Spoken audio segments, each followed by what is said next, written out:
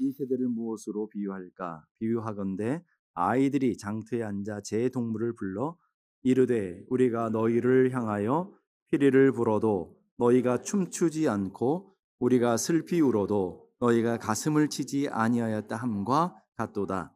요한이 와서 먹지도 않고 마시지도 아니하매 그들이 말하기를 귀신이 들렸다 하더니 인자는 와서 먹고 마시매 말하기를 보라 먹기를 탐하고 포도주를 즐기는 사람이요 세리와 죄인의 친구로다 하니 지혜는 그 행한 일로 인하여 옳다함을 얻느니라. 아멘. 앞뒤 좌우에 있는 분들과 다시 한번 인사하십시다. 하나님이 당신을 사랑하십니다. 한 번 더 인사하실 때 오늘도 사랑하십니다. 이렇게 아멘입니까? 하나님이 여러분을 사랑하시는 것을 꼭 기억하시고 사순절 동안에 하나님이 여러분을 얼마나 사랑하시고 얼마나 보배롭고 존귀하게 여기시는지를 잘 아는, 잘 깨닫는 그런 시간이 되어서 이 사순절 여정 동안에 주님을 더 깊이 알며 주님과 동행하는 그런 이 귀한 시간, 여러분의 인생 여정 되기를 간절히 원합니다. 우리 사순절과 그리고 대강절에는 우리가 예수님의 비유의 말씀을 가지고 함께 은혜를 나눠가고 있습니다.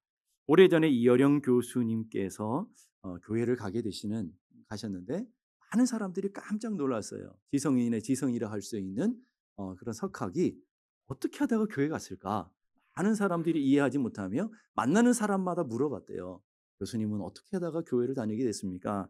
그랬을 때 그분도 참 문학가니까 문학적으로 참 대답을 잘하셨어요. 배가 고프면 어디로 갑니까? 식당으로 가죠. 뭔가 지적의 갈증이 느낄 때는 어디로 갑니까? 도서관으로 갑니다. 몸이 아프면 어디로 갈까요? 병원으로 갑니다. 심신이 마음이 고플 때는 노래방도 가고 극장도 가서 영화도 보고 그러죠. 그럼 나는 이렇게 말합니다. 먹어도 배고프고 노래를 불러도 가슴이 풀리지 않을 때는 또 영혼이 목마르다 할 때에는 식당이나 극장 그리고 도서관으로 풀리지 않을 때 우리는 교회로 갑니다. 교회 가서 만족함을 누리고 교회 하나님의 은혜를 누릴 때 우리의 심령이 우리의 영혼이 자유함을 누리게 되더라는 거예요. 바로 교회는 그런 곳이에요. 교회는 충만함이 있는 곳이 아닙니까? 말씀의 충만함이 있고 은혜의 충만함이 있고 사랑의 충만함이 있고 능력의 충만함이 있고 권세의 충만함이 있고 이제 눈치를 좀 찾으시고 그런 충만한 곳이 될 수 있도록 여러분 모두가 은혜 가운데 서는 귀한 역사가 있기를 주님의 이름으로 축복합니다. 오늘 본문은 이렇게 시작하죠. 이 세대를 무엇으로 비유할까? 예수님이 살아갔던 시대를 보면서 참 주님이 안타까워서 이 시대를 보니까 완악하기 짝이었고 폐역하고 믿음이 없고 그런 시대를 바라보면서 주님이 비유를 들어 설명하고 있는 것을 보게 됩니다. 16절과 17절 보십시다. 16절 17절 이 세대를 무엇으로 비유할까? 비유하건대 아이들이 장터에 앉아 제 동물을 불러 이르되 우리가 너희를 향하여 피리를 불어도 너희가 춤추지 않고 우리가 슬피 울어도 너희가 가슴을 치지 아니하였다 함과 같으니라. 우리가 어렸을 때에 시골에 가게 되면 골목골목에서 아이들끼리 막 노는 놀이들이 있었잖아요. 뭐 자치기도 하고 구슬치기도 하고 딱지놀이도 하고. 여러분들은 안 해보셔서 잘 모르실지 모르지만 뭐 그런 해보셨죠? 뭐 그런 놀이가 있단 말이에요. 근데 우리와 달리 이스라엘 백성들의 놀이가 있었는데 시장에 가면 항상 이런 놀이를 했나 봐요. 어린 아이들이 함께 모여서 누군가가 하나 피리를 불면 함께 덩시덩시 춤추며 즐거워하는 이 잔치집 놀이가 있었고요. 또 한 가지는 뭐냐면 누군가 한 사람이 슬픈 이게 눈물 흘리는 것을 흉내내면 같이 아이고 그러면서 울어주고 함께 탄식하는 그런 놀이가 있었다라는 거예요. 첫째는 결혼식 놀이인데 피리를 불어도 너희가 춤추지 아니하고 누군가 피리를 불면 함께 즐거워해야 될 거 아니겠어요? 누군가 함께 피리를 불면 같이 노래를 불러야 되지 않겠어요? 아무런 반응이 없는 정말 이상한 현상을 보게 된다라는 거예요. 그런 일이 없는데 그런 현상을 보게 되는데 바로 예수님의 시대가 그렇다라는 거예요. 예수님이 오셔서 하나님 나라의 복음을 증거하면 반응을 해야 될 거 아니겠어요? 가난한 사람들을 고치고 가난한 사람들의 연약함들을 치유하시고 하나님 나라의 복음을 선포하게 되면 함께 즐거워하고 함께 행복해하고 함께 그 은혜를 누려야 되는데 사람들이 반응을 하지 않습니다. 무반응으로 살아가더라.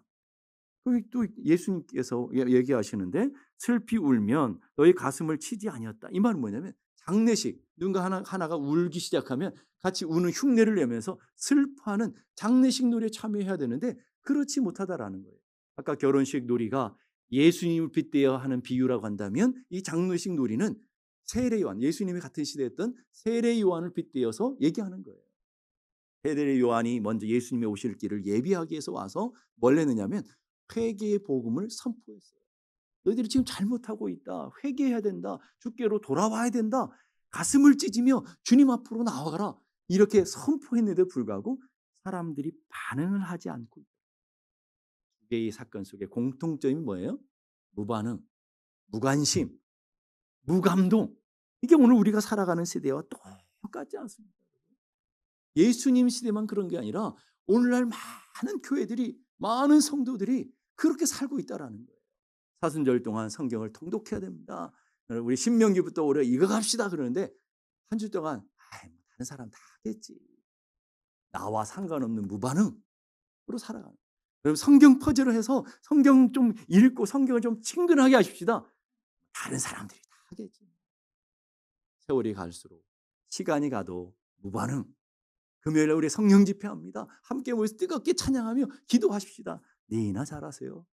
이러고 있는 우리들의 모습 아닙니까, 여러분? 우리 사순절 특별 기도회 우리 하면서 함께 기도하고 주님의 말씀을 붙들고 함께 하나님을 깊이 만나며 하나님의 은혜 가운데 나가십시다. 그러면 뭔가 반응을 해야 되는데 반응이 없더라는 거예요. 복음을 증거해도 반응이 없고요. 모여서 기도하자고 해도 반응이 없고요. 성경을 읽자고 해도 반응이 없고요. 여러분이 그렇다는 게 아니라 옆에 교회가 그렇다 이 말이에요, 여러분. 우리는 잘하는데 왜 그러시나? 네? 오늘도 보니까 성경 퍼즐을 가득해서 제가 못 넣어서 막 눌러놨어요. 더 눌러놨는데 얼마나 기쁜 일입니까, 여러분? 금요일 날도 여러분 모여서 얼마나 뜨겁게 기도합니까? 안 오신 분들은 찔리라고 하는 말이에요. 네? 여러분 수요일에도 여러분 우리 선교 보고를 하잖아요, 일부러. 선교사님을 모셔서 선교하는 현장에서 일어나는 놀라운 하나님의 역사와 하나님의 은혜를 간증을 듣겠다는 거잖아요. 여러분 판을 열어주면 어떻게 해야 되겠어요? 참여해야 되죠. 참여해서 함께 은혜를 누리고 함께 참여해가는 모기장 우리 선교에 우리 함께 한 사람이 하나라도 우리가 참여합시다 그러면 반응이 있어야 되는 거 아니겠어요? 무반응, 무관심, 무감동. 우리는 그렇게 살아가는 시대에 살고 있다라는 거예요. 어떤 학자가 교회들을 중심으로 이렇게 분석해 보니 교회 중에 30%는 전혀 교회의 봉사에 참여하지 않더라. 다른 사람이 하겠지. 다른 사람이 뭐 하겠지 그러면서 무관심하는 사람들이 30%라는 거예요. 교인 중에 40%는 성경 공부를 전혀 한 경험이 없어요. 아니 이렇게 성경 공부가 많은데. 우리 교회 얘기 아니에요. 우리 교회는 거의 다 해보셨을 거예요. 네? 그렇게 성경 공부를 매번 열어서 하라고 그러는데도 전혀 반응이 없는 사람들, 그런 사람들 45%는 정기적인 기도에 전혀 참여하지 않는, 그리고 50%는 교회에 등록하고도 출석하고 있지 않더라. 교회에 적은 들어오는데 1년에 한두 번 오고 이렇게 살아가는 사람들이 얼마나 많은지 모르라는 거예요. 교회의 55%는 신앙서적을 한 번도 읽어보지 않고요. 교인 중에 60%는 주중에 한 번도 성경을 읽지 않고 살더라. 성경을 한 주에 한 구절도 읽지 않고 어떻게 살아가는지 비법 좀 가르쳐 줘 봐요. 신묘막직한 비법을 어떻게 살아가냐고요, 여러분. 하나님의 양식이 없이 하나님의 은혜가 없이 우리가 어떻게 살아가느냐라는 거예요.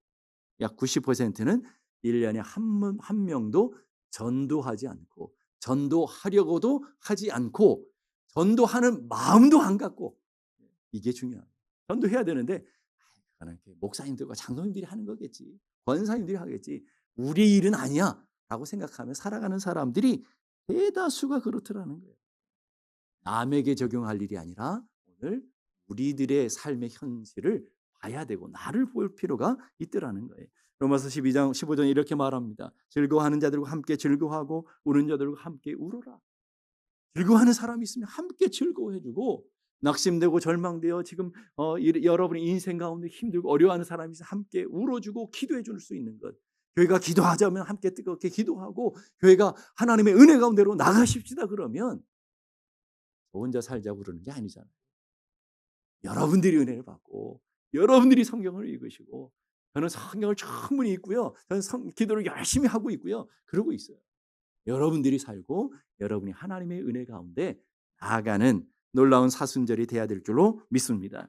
첫 번째는 무관심한 시대에 대한 하나님께서 책망하시는 것이고요. 두 번째는 뭐냐면 비판하는 시대. 자기가 무관심하며 하지도 않으면서 남 하는 걸 보면 판단하고 정죄하는 그런 사람들도 많더라는 거예요. 18절 보십시다. 세례 요한을 붙대어서 세례 요한이 와서 먹지도 않고 마시지도 아니하며 그들이 말하기를 귀신이 들렸다. 자, 세례 요한의 사역은요. 언제나 보게 되면 금욕적인 삶을 살았어요. 먹는 거를 탐하지 않고요. 광야에 가가지고 이게 복음을 증거하면서 광야에 머물며 약대 털옷을 입고 허리띠를 띠고 메뚜기와 석청, 자연산 꿀을 먹었어요. 이러니까 메뚜기 요즘 얼마나 건강식품인데 석청 좋은 꿀을 먹고 여러분 그 꿀이 얼마나 여러분 메뚜기를 잡으면 몇 마리를 잡으겠어요. 이 말은 뭐냐면 바로 세례 요한의 청빈한 삶을 얘기합니다. 하나님을 바라보며 늘 기도하며 주님의 말씀을 듣기 위해서 청빈한 삶을 살아갈 때에 그런 영적인 지도자를 보면 여러분 어떻게 반응해야 되겠어요? 와, 정말 이 시대에 저런 목회자가 있구나. 이 시대에 저렇게 경건하게 살고자 하는 사람이 있구나. 우리도 저 세례 요한을 따라서 믿음을 따라 살아야겠구나. 저 세례 요한이 선포하는 복음을 잘 들어야 되겠구나라고 반응하는 게 정상 아닙니까? 그렇죠? 근데 뭐라고 그래요? 귀신 들렸어. 제정신 아니야. 이러고 있다 이 말이에요. 얼마나 사람들이 강팍하게 짝이 없습니까? 반대로 예수님이 오셔가지고 세례 요한과 전혀 다른 삶을 사셔요. 19절 보세요. 인자는 와서 인자는 예수님을 뜻하는 것이고 인자가 왔을 때 먹고 마시며 말하기를 먹고 가난한 사람들과 연약한 사람들 함께 먹고 복음을 증거하고 함께 자고 이런 일들을 주님이 하셨어요. 그랬더니 뭐라고 하냐면 예수님이 세 가지 별명이 나와요. 첫째는 먹기를 탐하고 두 번째는 포도주를 즐기는 사람이고 세 번째는 세리와 죄인들의 친구로다. 아니 이래도 타 저래도 타신 거예요. 세례 요한은 금욕적인 삶을 살았더니 귀신 들렸다 그러고요. 반대로 예수님은 그들과 함께 어울려서 먹고 그들을 치료하고 그들을 회복시켜 주시고 그들에게 하나님 나라의 천국의 복음을 증거하고 그들과 함께 더불어 함께 어울려 살다 보니까 세 가지 별명이 생겼는데 첫째는 먹보다 우리식으로 말하면 먹기를 탐하는 사람이라는 말 뭐예요? 먹보라는 거예요. 먹보. 두 번째로 포도주를 즐기는 사람은 술주정뱅이라는 뜻이고요. 세 번째로 세리와 죄인들의 친구, 세리와 죄인들의 당시에 어울렸던 사람들은 불량한 사람이라 생각하는 거예요. 불량한 사람들을 어울리는 불량배다. 얼마나 수치. 예수님을 향해서 먹보요 술을 탐하는 사람이고 그리고 불량배들과 어울리는 불량배다라고 얘기하는 거예요. 도대체 어떻게 하자는 거예요? 세례요한처럼요 귀신 들렸다 그러고 예수님처럼 그러면 먹기를 탐하고 세상을 즐기는 사람이라 그러고 도대체 어떻게 하라는 거예요? 이래도 탈 저래도 탈 아니냐는 거예요. 오늘 우리는 안 그러냐는 거예요. 어떤 목사님이 설교 때 얘기하시면서 이런 얘기 하시더라고요. 목사가 젊으면 경험이 부족해서 탈이라 그러고 나이가 들면 시대에 맞지 않고 고리타분하다 그러고 목사가 잘생기면 제비 같다 그러고 목사가 못생기면 품위가 없어서 못 다니겠다 그러고 비싼 차 타면 어려운 사람 생각하지 않고 사치한다 그러고 그리고 자기들은 굉장히 좋은 차 타고 다니면서 렉서스 정도 타도요 막 뭐라고 많이 하더라고요. 보니까 제가 탄다는 말이 아닙니다. 그리고 싼 차를 타고 다니면 목사가 복도 못 받아서 저렇게 지질이 싼 차 타고 다닌다 그러고 아니 도대체 어느 장단에 맞추라는 거예요. 11조에 대한 설교를 하면 목사는 돈만 밝힌다 그러고 11조에 대한 설교를 하나 하면 가르치지 않는다 그러고 잘못을 지적하면 목사가 사랑이 없고 냉랭하다 그러고 잘못을 잘 지적하면 잘못을 지적치 않으면 사랑고 냉랭하다 그러고 사랑을 잘 지적하면 저 사람들은 하나님이 주신 은혜 가운데 온전히 서지 못한다. 어떻게 하자? 우리가 그렇다는 말이 아니고 목사한테만 그런 게 아니라 사모도 이래도 탈 저래도 탈 뭐 부엌에 들어가면 부엌에 들어갔다 탈이고 또 안 들어가면 안 들어갔다 탈이고 어느 장단에 도대체 춤을 춰야 되는지 예? 정말 어렵습니다. 좀 바꿔서 얘기하면 어떡해요? 예? 젊으면 야 우리 목사님 열정이 많아서 좋다 그러고 좀 나이가 들면 역시 연륜과 그 깊이는 못 따라가. 그러면 얼마나 좋습니까 여러분. 잘생기면 우리 목사님 멋져서 연예인 같아서 교회 다닐만 한다 그러고 예? 그리고 목사님이 좀 못생겼으면 우리 목사님은 여자들한테 절대 시험 들 일 없을 거야. 이러면 얼마나 좋냔 말이에요. 좋게 해석하면 얼마나 좋습니까? 여러분들이 그런 은혜가 있기를 바랍니다. 세례 요한이 하나님의 복음의 그 심판의 메시지를 선포하게 됩니다. 우리가 깨달아. 우리가 믿음대로 살아야지. 주님 오실 날이 점점 가까웠는데 우리가 바로 세워야 되겠구나. 이런 믿음으로 반응하고 예수님이 천국 복음을 선포하면 즐거워하고 기뻐하며 함께 은혜를 나누고 하나님의 영광에 참여할 수 있는 하나님의 사람들. 이게 바로 하나님 기뻐하시는 교회요. 하나님 기뻐하시는 성도들의 모습이 아니겠느냐라는 거예요. 그래서 교회는요. 병원이라 해야 되지 법원이 돼서는 안 된다. 이게 무슨 말이냐? 교회는 예수님 의사 되시는 예수님처럼 누군가의 아픔을 싸매주고 누가 상처를 덮어주고 누군가 인생의 문제를 해결해주는 그런 병원 같은 그런 사람들이 많아져야 된다는 거예요. 반대로 사람을 판단하고 정죄하는 판사, 검사들이 많아지면 교회는 굉장히 복잡하고 힘들다는 거예요. 여러분 재판하고 판단하면 여기 안 들어갈 사람이 어디 있어요? 100% 잘하는 사람은 이 땅에 없어요. 100%다 완벽한 사람이 있으면 찾아와 보세요. 제가 흠을 반드시 찾아드릴게요. 그런 사람 없어요, 여러분. 그런 흠을 자꾸 찾다 보면 어때요? 교회는 죄인들만 모이는 감옥이 되어지는. 다른 사람의 장점과 다른 사람의 이로운 점과 다른 사람이 갖고 있는 놀라운 은사들을 발견하면 그것이 곧 천국이 되어지는 거예요. 지옥에 가봤더니 지옥에 가보면 다 의인들만 있어요. 무슨 말이냐니까 나는 옳은데 내 남편이 잘못해서 내 부모가 잘못해서 우리 주변에 있는 사람이 잘못해서 내가 지옥에 왔다는 거예요. 나는 잘못한 게 없다는 거예요. 다 의인들만 있는 거예요. 천국에 가봤더니 나는 부족하고 나는 연약했는데 하나님의 사랑 때문에 여기 왔고 내 부모의 믿음 때문에 여기 왔고 내가 하나님의 은혜 가운데 누군가가 기도해 주었기 때문에 여기 와서 나는 연약한데 보니까 나는 죄인인데 하나님의 은혜로 내가 여기 왔습니다. 이게 천국이라는 거예요. 여러분은 어디 살고 싶으세요? 여러분 교회에 오면 어떤 곳을 살고 싶냐는 거예요. 누군가를 판단하고 정죄하고 자꾸 죄인을 만드는 그곳에 살고 싶습니까? 아니면 여러분들의 장점을 잘 개발하고 여러분의 부족함을 잘 덮어주고 여러분의 연약함들을 다 싸매주고 끝까지 아멘을 안 하시는 거예요. 내가 해야 될 것 같으니까 막 부담을 느끼시는 것 같아요. 그런 곳이 돼야 되지 않겠느냐라는 거예요. 김동호 목사님 은퇴하셨지만 그분이 많은 책을 썼는데 그 책에 보면 이런 내용이 있어요. 의사와 백정의 차이. 교회는 의사 같은 사람도 있고 백정 같은 사람들도 있더라는 거예요. 잘 들어보세요. 의사와 백정은 비슷하지만 어머니 서로가 다르다. 정형외과 의사나 백정이나 하는 게 똑같대요. 사람의 뼈를 톱으로 자르고 망치로 두드리고 뼈를 구멍을 내고 볼트를 조이고 무자비하다는 거예요. 예?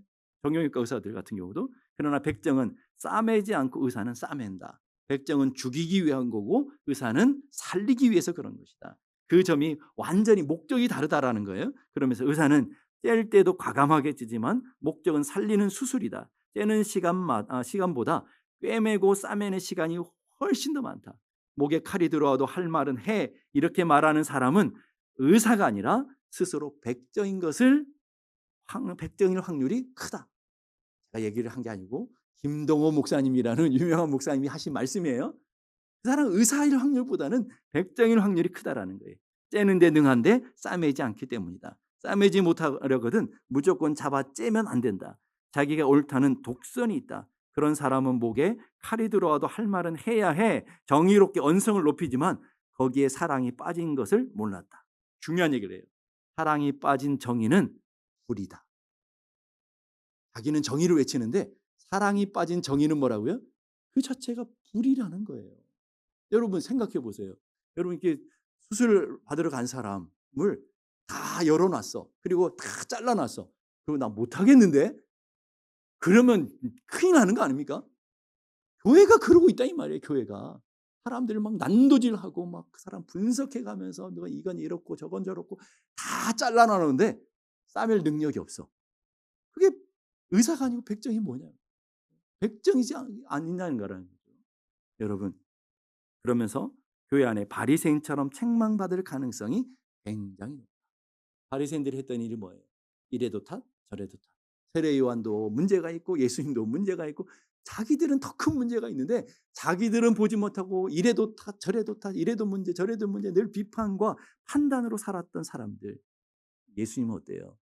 우리가 아직 연약한, 우리가 아직 죄인 되었을 때, 더 나아가서 우리가 하나님 앞에 원수 되었을 때, 너 왜 이렇게 살았냐?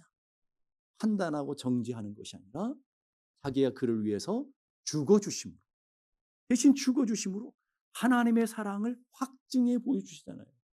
판단하고 정지하는 것이 아니라 있는 모습 그대로 다 받아주시고 용납해 주시고 품어주시고, 그러면서 그 안에 하나님의 놀라우신 은혜들 가운데 다시금 일으켜 세워주시고 다시금 높여주시는, 그게 하나님 나라의 법칙 아닙니까? 그리고 복음서를 보세요. 사순절 동안 여러분이 복음서를 쭉 묵상해 갈 때 주님의 마음을 알잖아요. 우리가 아직 연약할 때, 우리가 아직 죄인 되었을 때, 아니 우리가 하나님 앞에 원수 되었을 때에 그리스도께서 우리를 위해 죽어주심으로 하나님께서 우리를 향한 사랑을 증거해 보이시고 우리를 살려내시고 우리를 하나님의 자녀의 권세를 갖게 하신 분, 그게 하나님의 은혜인 거예요. 그 은혜를 기억하며 그 은혜를 묵상하는 절기가 뭐예요? 사순절이라고요. 남을 비판하고 판단하려고 하는 것이 아니라 하나님 앞에 이런 놀라운 사랑을 우리가 받았고 그 은혜를 우리가 누리고 있음을 확인하며 그 사랑과 그 은혜로 말미암아 다른 사람을 용납하고 품어주는 자리까지 나아가려고 하는 삶, 그게 사순절 기간의 우리의 삶의 모습이라는 거예요. 마크 트웨인이라는 분이 이런 얘기했어요. 남의 단점을 찾으면 사람이 짐승이 되지만 우리는 사람이죠. 아니신가요? 갑자기 당황스러워졌네. 우리 사람이죠. 사람이 짐승이 된대. 남을 판단하고 남을 헐뜰 것을 찾을 때는 사람이지만 짐승이지만 남을 사랑하며 남을 용서하는 자리로 나아갈 때 그 사람은 진짜 사람이 되어진다. 진짜 사람 같은 사람이 되어지고요. 상처를 오래 기억하면 짐승이 되지만 이 안에 상처들 이런 상처 저런 상처들을 늘 마음에 품고 살아가면 여러분 짐승 같은 삶을 살 수밖에 없지만, 그 상처를 덮어주고 그리고 그 상처를 잊으려고 노력하면 그때 비로소 사람이 되어진다. 우리 인생을 살아가면 상처를 얼마나 많이 받습니까? 동의하십니까? 중요한 게 있어요. 여러분만 받는다. 여러분이 여러분도 모르는 사이에 얼마나 많은 상처를 주는데요. 내가 몰라서 그렇고 그 사람이 얘기 안 해서 그런 거지. 우리는 이 땅 가운데 상처를 주기만 하는 게 아니라 받기도 하고요. 받기만 하는 것도 아니고 주기도 해요. 그러니까 여러분 배우자한테 가서 물어봐요. 나한테 상처 받았어? 예? 솔직하게 얘기해달라고 그러세요. 그러면 절대 얘기 안 할 거야. 예, 솔직해 해봐야 돌아오는 건 상처인 걸 아니까. 우리는 그렇게 살아가는 거예요. 교회도 마찬가지죠. 우리 얼마나 많은 상처들을 줍니까? 그런데 그 상처를 잊으려고 하고 주님의 사랑으로 덮으려고 하고 자꾸 은혜 가운데로 나갈 때 진정한 사람이 되어지더라고요. 저는 우리 사순절 기간 동안에 여러분 모두가 주님을 닮아가는, 정말 주님의 향기가 나는, 주님의 사랑이 흘러넘쳐서 여러분의 가정을 채우고 교회를 채우고 여러분 주변의 이웃들을 채우고 아멘을 안 하십니다. 네? 흘러넘쳐서 채워가는 놀라운 역사가 일어나기를 주님의 이름으로 축복합니다. 기도하십시다. 우리는 사순절을 보내면서 하나님, 사순절 기간 동안 주님을 더 알게 해주십시오. 더 주님을 만나게 해주시고 주님의 사랑을 다시금 회복하게 하시고 그 사랑 그 은혜에 의지하여 사순절을 더 주님과 동행하며 주의 뜻 이뤄내는 저희들이 되게 도와주시옵소서. 그렇게 기도하시며 두 번째로 기도하실 때 하나님, 이제 우리가 주의 몸에 주의 잔에 참여할 때에 하나님께서 이 시간 성찬을 통해서 우리에게 내려주시는 하나님의 주시는 은혜가 풍성하게 하시고 이 성찬을 통해서 주님을 더 깊이 만나는 귀한 시간이 되게 해 주옵소서. 우리 조용히 우리 기도하시며 성찬에 참여할 수 있기를 바랍니다.